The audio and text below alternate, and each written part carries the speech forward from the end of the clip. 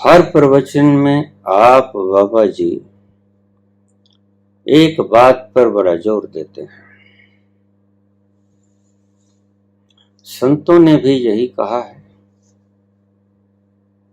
संतों का हवाला दे देकर आप बार बार एक ही बात पर जोर देते हैं।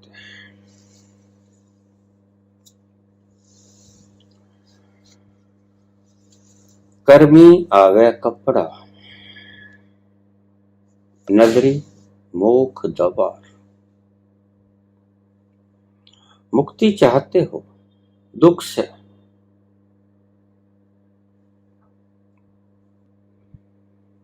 सुखी होना चाहते हो, दुखी रहना नहीं चाहते, अखंड सुख तुम्हारी चाहत है और बार बार आप कहते हो कि उसकी कृपा के बिना नहीं मिलेगा, तुम्हारे प्रयास से नहीं मिलेगा। एक ओंकार सतनाम और आखिर में आप कहते हो गुरु प्रसाद। यहां भी गुरु के प्रसाद से मिलता है। प्रसाद का अर्थ होता है जिसको पाने के लिए आपको कोई मेहनत ना करनी पड़े, जो तुम्हें मुफ्त में मिल जाए, प्रसाद रूप से मिल जाए, जो आप प्रयास करके पाते हो, वो तो आपके काम का मुआवजा हो गया, तनख्वाह हो गई। फिर जैसा आप दफ्तर में काम करते, घर में काम करते, उससे जो आपको तनख्वाह मिलती, सैलरी मिलती या जो मुनाफा मिलता, बिल्कुल उसी की तरह ही परमात्मा का नाम, स्मरण, जप, तप, पूजा, पाठ, हवन, सामग्री, दान, सब कुछ वैसा ही हो गया। अगर श्रम से वो मिलता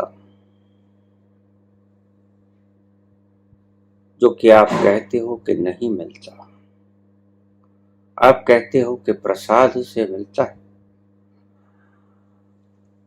तुम्हारे बिना श्रम के मिलता है, तुम्हारे कुछ ना किए से मिलता है। एक ओंकार सतनाम, कर्ता पुरख, निर्भो निर्वैर, अकाल मूर्त, अजूनी, सैपम, गुरु प्रसाद। गुरु के प्रसाद से मिलता है। गुरु क्या प्रसाद देता है तुम्हें?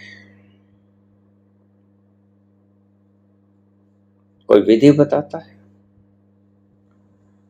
नहीं, किसी विधि के द्वारा भी वो नहीं मिलता। वो सिर्फ प्रसाद में मिलता है। आप चले जा रहे हो, वो रास्ते में कोई खड़ा लड्डू बांट रहा, आप रास्ते से गुजर गए, उसने आपको प्रणाम किया और कहा कि प्रभु थोड़ा प्रसाद ले जाओ। आपने क्या किया? उस प्रसाद में आपका प्रयास, पुरुषार्थ कुछ नहीं, लेकिन आपको वो प्रसाद मिला, कृपा से मिला। मेहनत का फल नहीं मिला, मुफ्त मिला। कर्म का फल नहीं मिला, कर्म का मुआवजा नहीं मिला, सैलरी नहीं मिली,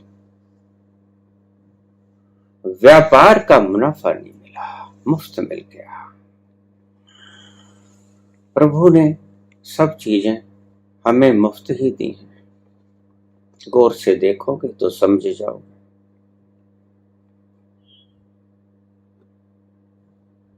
हृदय धड़कता है, श्वास लेते हो, महत्वपूर्ण अंग किडनीज, लीवर, गॉल ब्लैडर, भीतर के इंटेस्टाइन्स, सारी फैक्ट्रियां तुम्हारी ब्रेन काम करती हैं, हर वक्त काम करती हैं। ईश्वर ने तुमसे कोई उसका मूल्य चुकाया? नहीं चुकाया। और फिर ईश्वर आपको जीवित रहने के लिए ऑक्सीजन देता है, पेट भरने के लिए, कैलोरीज के लिए, एनर्जी के लिए अन्न देता है, भोजन देता है। वायु मुफ्त, भोजन मुफ्त, शरीर मुफ्त, सब कुछ मुफ्त ईश्वर के दरबार में। वड्डा दाता तिल न तमाए, वो तुम्हें कुछ भी देता है, तिल भर भी उसमें स्वार्थ नहीं रखता। तिल न तमाए, तमा नहीं होती उसके भीतर।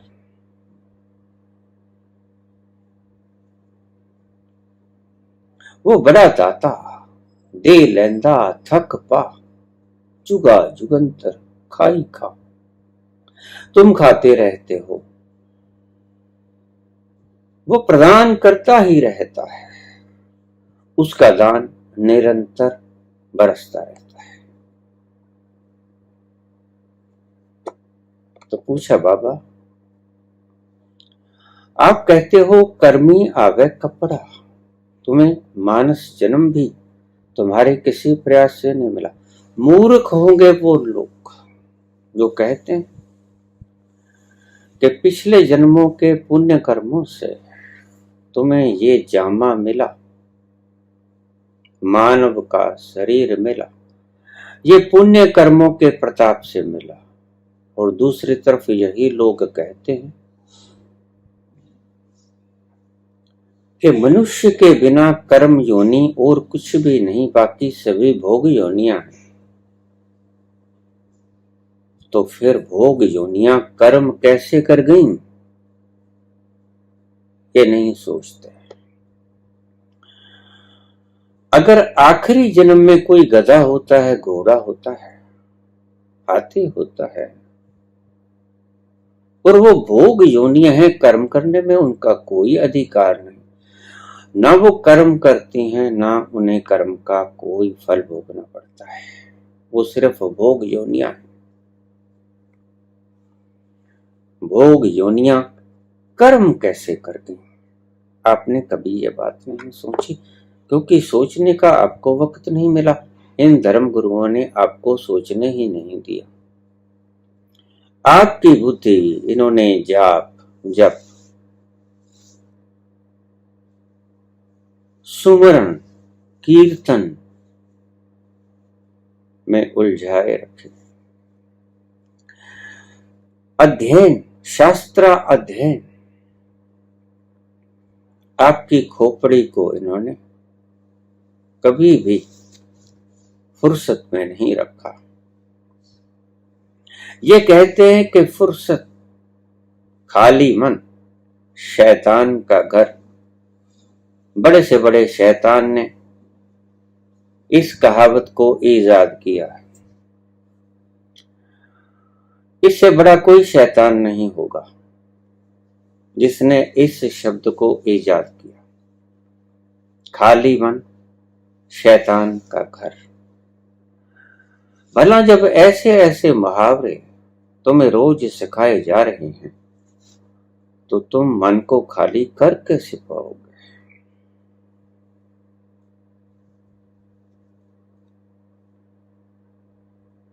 मन तुम्हारा भरा ही रहेगा। ऊपर से ये लोग तुम्हें भ्रम में डालते ही रहेंगे कि मन को उलझाए रखो, मन को फुर्सत के क्षणों में मत आने दो। मन जब फुर्सत में आएगा तो कोई बखेड़ा खड़ा करेगा, कोई उपद्रव खड़ा करेगा, ये कर लूं वो कर लूं, उत्पात मचाएगा, षड्यंत्र रचेगा, मन अगर खाली हो गया तो। लेकिन वो लोग ये नहीं जानते थे कि ईश्वर की राह पे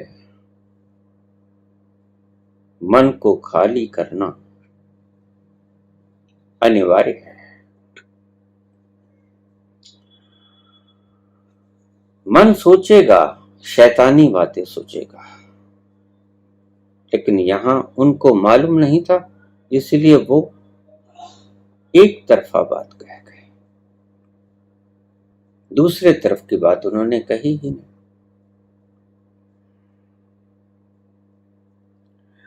मन को खाली मत रखो, मन को फुर्सत के लम्हों में मत आने दो।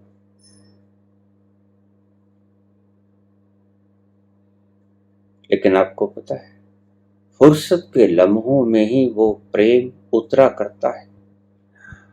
आप जब तक सिंहासन पे बैठे रहोगे, प्रेम की बारिश आपके हृदय में आकर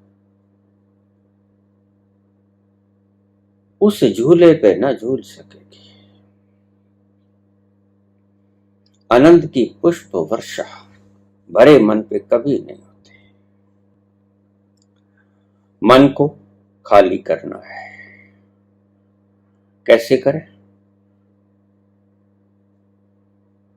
तुम मन को छेड़छाड़ मत करो, जहां जाता जाने दो, तुम्हारा क्या लेता। उसके पीछे भी मत जाओ और उसके साथ झगड़ा भी मत करो, उत्पात भी मत मचाओ, जहां जाता है जाने दो। तुम्हारी शक्ति से ही जाएगा जहां भी जाएगा। मुर्दे का मन कहीं नहीं जाता, क्योंकि मुर्दा शक्ति विहीन होता है। शक्ति विहीन मुर्दा अपने मन को शक्ति नहीं दे पाता, इसलिए उसका मन भी काम नहीं करता। तुम मन को शक्ति देना बंद कर दो। मैंने पहले प्रवचनों में भी बोला, थोड़ी देर चलेगा जो तुमने पीछे पैडल मारे थे, फिर तुम्हारा साइकिल गिर जाएगा, मन रुक जाएगा। मन को चलते देखकर तुम रोना मत, उसे रोकने की कोशिश मत करना। रोकने की कोशिश भी उसे बल दे जाएगी। तुम मन से दूरी बनाए रखना।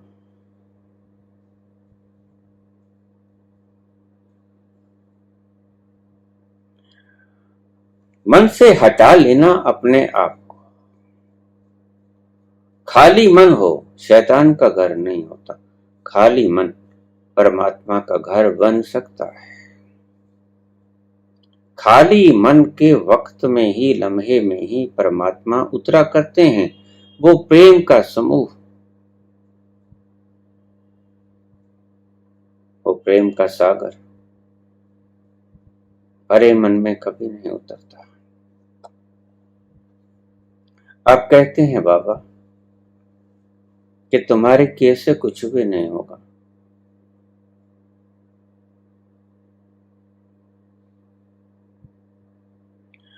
नदरी मोख द्वार, ना तो तुम्हारे किसी कर्म से तुम्हें ये मानस जन्म मिला, मैंने बार बार आपको समझाया, और आपके संत आपको बार बार समझाते हैं कि आपने कोई अच्छा कर्म किया होगा जिससे आपको ये मनुष्य का चोला मिला, और फिर कहते हैं कि मनुष्य के अलावा कोई कर्म करने की योनि ही नहीं है, बाकी सब भोग योनियां हैं। भोग योनियां हैं तो कौन सी योनि ऐसी है जिसने कर्म किया, और कर्म जब कर ही नहीं सकता तो उसने कैसे कर्म किया। इनकी मूर्खताएं इनके शब्दों में ही पता चल जाती हैं। और फिर कहते हैं कि अगर तुमने कोई पाप किया, पुण्य किया, गधे की योनि में पड़ोगे, बैल की योनि में पड़ोगे, और ना जाने कितनी कितनी सड़ी गली कहानियां इन लोगों ने गढ़ ली हैं। बैल बोलते दिखाई पड़ते हैं, गधे बोलते दिखाई पड़ते हैं। ऐसी ऐसी झूठ कहानियां, आपको इन कहानियों को पढ़कर इनकी गप्पों की समझ नहीं आती कि कितना कितना बेवकूफ बनाया है इन लोगों ने। लेकिन आप मूर्ख बनने में दक्ष हो गए हो। इन वेद व्यास जैसे लेखकों ने आपको इतना मूर्ख बना दिया कि आपने सोचना ही बंद कर दिया। ये सब तुम्हारे ऋषियों की देन। बाबा कहते हैं कर्मी आवे कपड़ा, किसी पुराने जन्म में, क्योंकि कर्म जोनी है ही नहीं तो उस कर्म का मतलब ही नहीं पैदा होता कि तुम्हारे किसी कर्म से तुम्हें ये मानस चोला मिल जाए, क्योंकि मनुष्य के अलावा कोई कर्म योनि है ही नहीं, बाकी सभी भोग योनियां हैं। अपना अपना भोग भोग के आती हैं। लेकिन मनुष्य का जन्म मिलता है आपको, कर्मी आवे कपड़ा। कर्म कर्म, एक तो कर्म एक्शन, एक कर्म उसकी कृपा। कर्मो करीम रहमो रहीम, उसकी कृपा से तुम्हें मिलता है मानव चोला। और इन मूर्ख लोगों को कभी समझ आएगी भी नहीं, ये ऐसे ही आपको गुमराह करते रहेंगे। जब इनसे सवाल पूछेंगे तो ये आपको बाहर निकाल देंगे, क्योंकि इनके पास जवाब ही नहीं।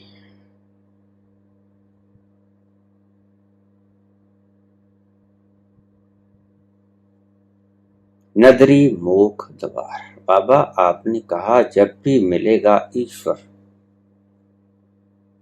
परम खुशी, परम आनंद, कंप्लीट रिलैक्सेशन, पूर्ण विश्राम। कबीर जी से कहते हैं अनहद में विश्राम। उस अनहद में विश्राम जब भी मिलेगा, या ऐसा समझ लो कि ऐसा विश्राम जिसकी कोई हद ना हो। इस शब्द के दो अर्थ निकलते हैं। अनहद में विश्राम, जिसकी कोई हद नहीं, उसमें जाकर आपको आराम मिलता है। या आप ये कह सकते हो कि आप इतने विश्राम में होते हो कि आप अनहद हो जाते हो, आपकी सब हदें समाप्त हो जाती हैं, सीमाएं क्रॉस हो जाती हैं। कर्मी आवे कपड़ा, उसकी कृपा से तुम्हें मानव जन्म मिलता है, मानव शरीर मिलता है। नदरी मोख द्वार, और उसकी नजर से तुम्हें मुक्ति मिलती है। तो बाबा हम क्या करें? हमारे करने लायक कुछ भी ना बचा। करने लायक तुम्हें हमारे मूर्ख ऋषियों ने बहुत कुछ दे दिया। क्या कुछ नहीं दिया? तुम नाम जपते जपते प्राण छोड़ देते हो। नाम से तो कुछ नहीं मिलता, प्राण निकल जाते हैं।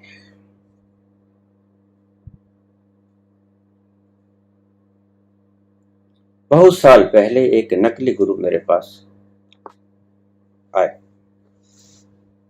मैंने उससे पूछा कि तुम नाम लेते हो और कहते हो कि अंत में मैं तुम्हारे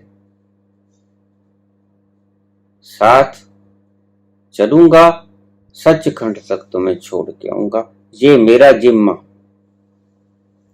क्या सच में ऐसा करो?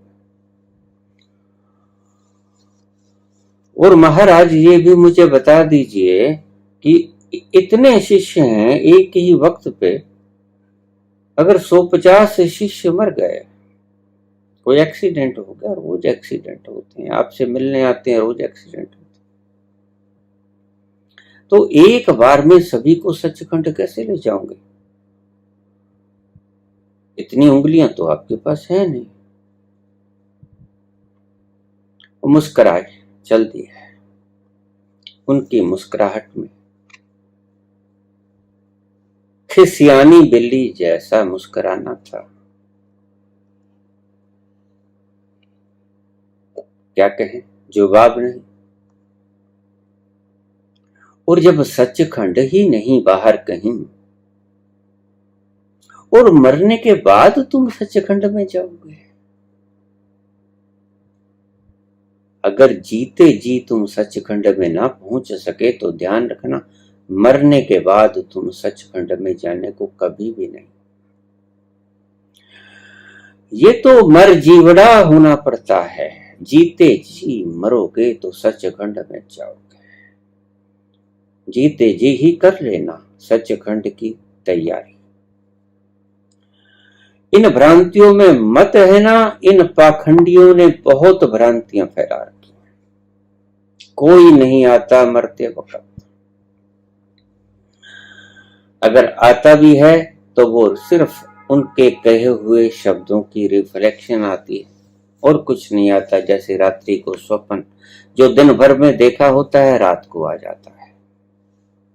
उस वक्त मन के पर्दे के ऊपर वो व्यक्ति नहीं होता जो तुम्हें दिखता है, वो घटना नहीं होती जो तुम्हें दिखती है।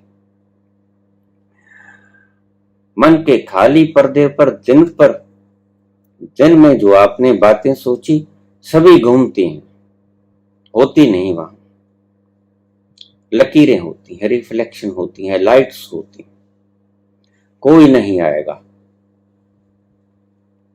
आपको जीते जी मरना पड़ेगा।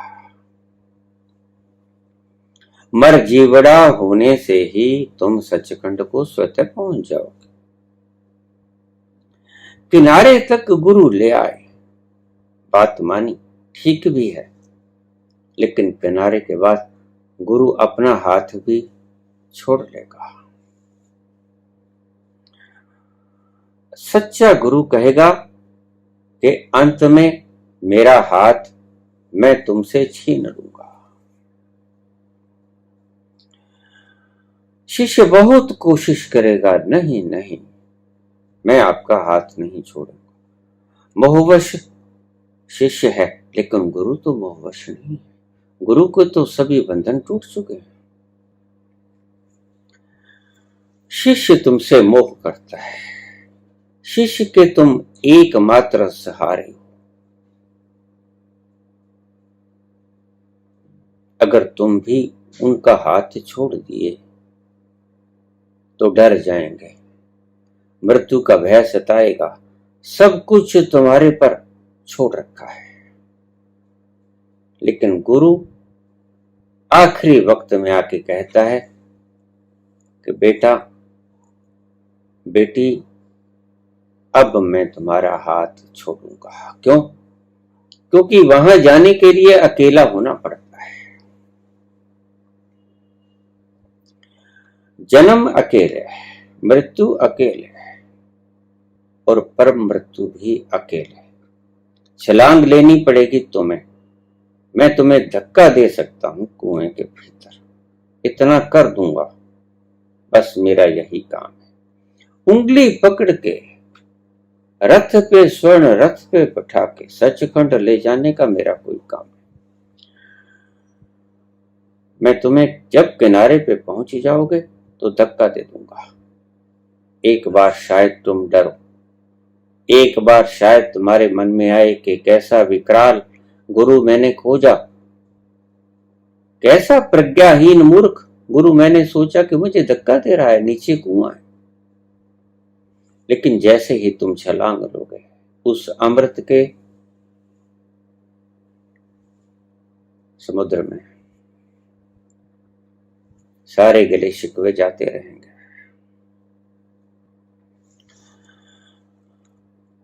गुरु से इतनी उम्मीद मत रखना कि मरने के बाद तुम्हारी उंगली पकड़ेगा और तुम्हें सचखंड का रास्ता नहीं पता, मरने के बाद लेके जाएगा। उस बेहोशी की अवस्था में तुम्हें पता ही नहीं होगा तुम चल कैसे पाओगे। तुम्हें चलाने के लिए, तुम्हारे चलने के लिए होश होना बाकी है। होश होते हुए तुम्हें चलाया जा सकता है, गुरु काम का है। बेहोशी में तुम्हें चलाया ही नहीं जा सकता, क्योंकि तुम्हारे भीतर होश ही नहीं। कौन चलाएगा, किसे चलाएगा? ये सब फालतू की बातें थी, इनको छोड़ दीजिए कृपा करके। नदरी मुख दवार, नदर क्या है? गुरु कृपा क्या है?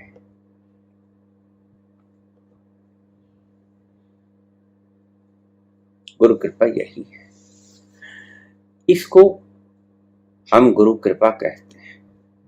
आपको आपकी मंजिल के करीब जब आप आ जाओगे, आपको धक्का दे देंगे वो, चल। फिर आप पाओगे कि एक तरफ परमात्मा, एक गुरु जिसने धक्का दिया, एक परमात्मा जिसके भीतर तुम्हें धक्का दिया। फिर कबीर बन के कह पाओगे, गुरु गोविंद दोनों खड़े, काके लागू पाए, बलहारी गुरु आपनो, जिन गोविंद दियो मिला। गुरु देखेगा तुम्हारी भावनाओं को। मृत्यु के क्षण में गुरु आया, आया ना आया बराबर। और जो मृत्यु के क्षण में आएगा, बेहोशी के क्षण में, जब आप कुछ पहचान भी ना पाओगे तो क्या खा पाएगा? तुम पहचान पाओगे? और कहां लेके जाना है? कहीं भी तो जाना नहीं है।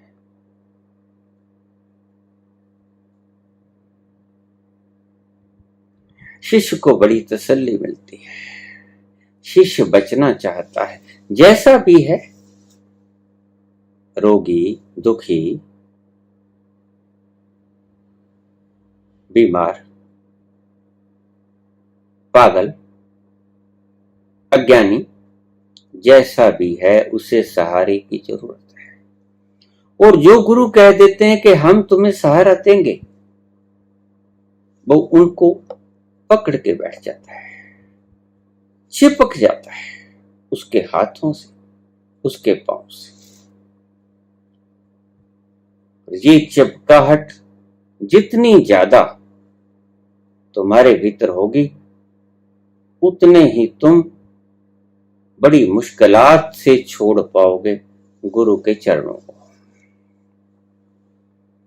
इतने कस के मत पकड़ लेना गुरु के चरणों को कि आखिर में गुरु को मुश्किल पड़े। आपसे पांव छुड़वाना करीब करीब असंभव हो जाए, ऐसा मत करना। गुरु समझदार है। गुरु वहां पहुंचा है। मुझसे पूछा कल किसी ने, सदगुरु किसे कहते हैं?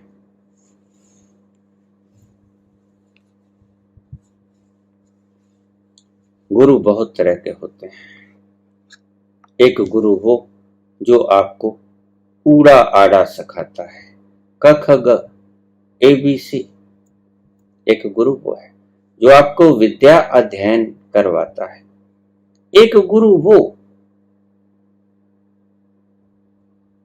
अलग अलग क्षेत्रों के सभी गुरु, माता पिता भी गुरु हैं, तुम्हारा पालन पोषण करते हैं, तुम्हें संस्कार देते हैं, वो भी गुरु हैं। तुम्हें टेक्निकल दक्षता देते हैं, वो भी गुरु हैं। लेकिन सदगुरु